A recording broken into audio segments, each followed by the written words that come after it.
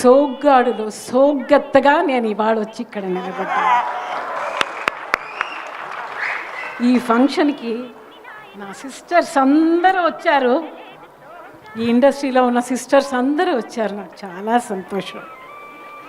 ఇక నేను ఎలాగొచ్చాను సోగ్గాడికి, మా మహానుభావులు శ్రీ రామానాయుడు గారు, ఆయన సోగ్గాడికి ముందు ఇద్దరు అమ్మాయిలని ఒక సినిమా తీశారు. అందులో నేను మిస్ అయ్యా. అప్పటికే 20 సినిమాలు చేస్తూ ఉన్నాను తమిళ్లో. ఆ తర్వాత ఇందులో పట్టుకున్నారండి నన్ను. ఆ భగవంతుడు సంకల్పం, సోగ్గాడ్ అనే ఒక పెద్ద ఇన్స్టిట్యూషన్ లోపలికి నన్ను దూర్చారు. ఇది ఇవాళ రికార్డ్ బ్రేక్ అయ్యి నాకు ఇటువంటి ఒక అవకాశం భగవంతుడు శ్రీ రామానాయుడు గారి ద్వారా కల్పించారు. ఈ సోగ్గాడ్ హిట్ తర్వాత హిట్లు సినిమాలు వచ్చినాయి.